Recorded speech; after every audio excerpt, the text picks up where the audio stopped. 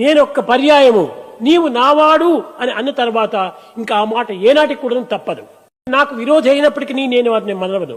నేనంటే వాడు ద్వేషపడవచ్చును, కానీ అతనంటే నాకు ద్వేషం లేదు. ఎవరు నాకు ద్వేషులు అనేటువంటి వారే జగత్తులో కానరాదు. ఎవరు నాకు అయిష్టమైనటువంటి వారే లేరు. కనుక నేను ఇచ్చినటువంటి ప్రామిస్ నేను చక్కగా జరుపుకుంటుంటాను. నా నడక ముందుకే కానీ వెనుక వేయదు. వాళ్ళని రక్షించే నిమిత్తమే నేను ఎప్పుడు ముందు వేస్తుంటాను. ఎలాంటి పరిస్థితులు ఏందని కూడా నేను వెనుకంచి వేయను. తనవాడైనప్పుడు వారికి కష్టములు ఎందుకు కలగాలి అని కొంతమంది ప్రశ్నించవచ్చును.